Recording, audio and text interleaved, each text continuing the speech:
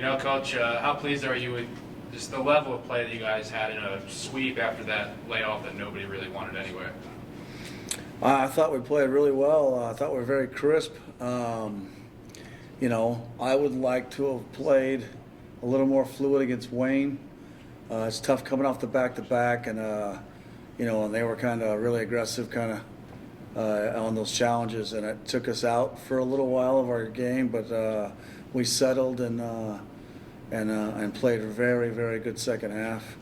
The Augie game, I thought our first half was just good. Our second half, we hit one off the post, and their goalie took three out of the net that were going in. She pinned one with her hand on the goal line, and in the second half, we were fortunate enough to get three. So, I thought we had a great weekend, and we're going to be tough to handle as long as we can continue to enforce the flow of play the way we want it to be done, and press people high, and have composure on the ball, and play keep away.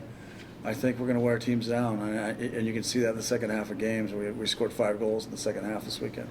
Did you ever think you'd be able to put up a 3-spot on Augie, especially all 3 in the second half? Well, they asked me at the booster lunch what the score was going to be, and I said 3-0.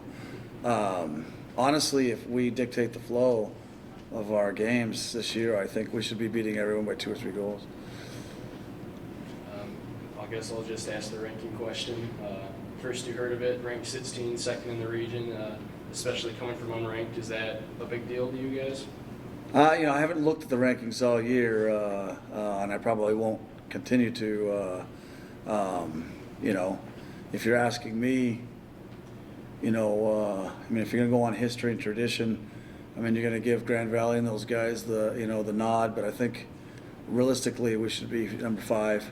And I understand that we'll be in the teens because of the mistakes I made against Fort Hayes. But I think we're top 5.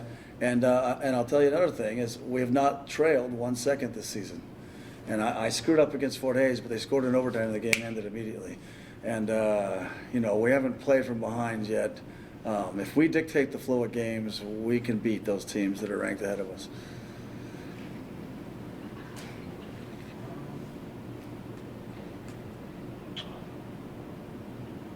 2-0 conference start, what you were expecting, kind of like you were alluding to there? Yeah, no, our key is no lull. And I'm not talking about taking a game off or whatever. We can't take a second off of a game.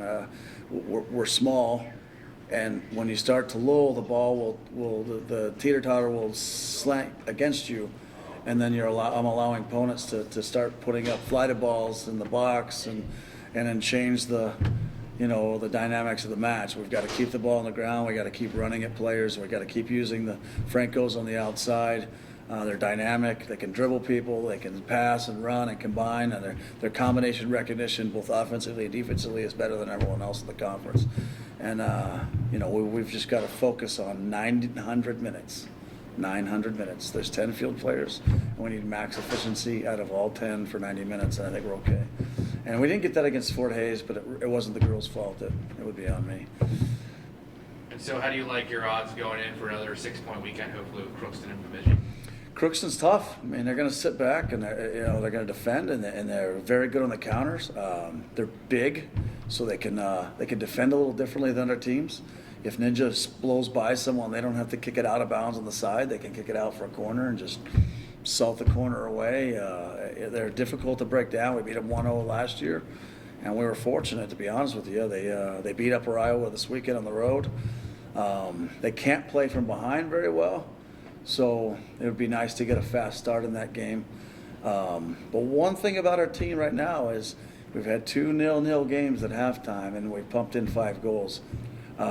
That's nice for the mentality going forward, because if you're supposed to win, sometimes the goal gets smaller and smaller and smaller. And I think we feel like the ghosts are going to come out and the goals are going to come for us, and we don't have to panic on a missed chance.